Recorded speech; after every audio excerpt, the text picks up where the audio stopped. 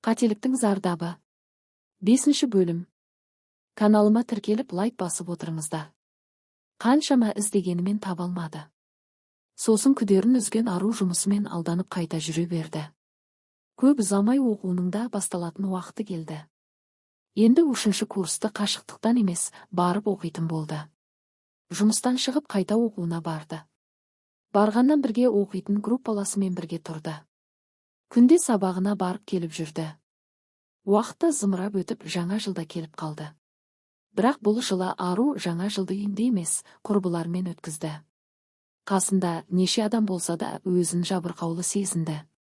Өйткені былтырғы жылы жалғаспен сағаттап сөйлесіп, жаңа жыл кереметтей болып еді. Өзінің сезімін білдіріп, өмірдің мәні бардай сезілетін. Биылғы жыл тым-тырыс, ешқандай қызығы жоқтай өтті. Қанша жалғасты ойламайын десе де, жүрегі шіркін жалғас деп тұрды.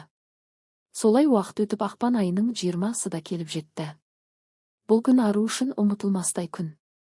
Өйткені жалғаспен сөйлескен соңғы күні. Күндікпен көңілі жабырқаулы жүрген ару бір жыл бұрынғыны ойлап отырды. Кенет фк желісіне кіріп жалғасқа хат жазды. Өзінің әлі де сүйетіндігін жасыра алмады. Осы уақытқа дейін сағынғанын, көргісі келетінін, ішінде тұншығып жатқан барлық сезімін білдірді. Сезімге толы хатты оқығанда жалғаста шыдай алмады.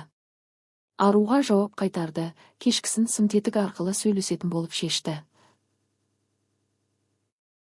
Кешкісін жалғас хабарласып, екеуі ұзақ сөйлесті. Ару көкейінде тұрған сұрақты қойып, ақыры жауабын алды. Осы уақытқа дейін неге жоқ болып кеткенін барлығын сұрады. Хабарсыз кеткені жалғастың анасы қарсы болған екен. Неге? Не себепті екені белгісіз. Оны жалғастың өзі де білмейді. Тек арумен қарым-қатынасты дегенге ұқсайды. Не керек, екеуі ұзақ сөйлесті. Ішіндегі жатқан ешбір сыры қалмады.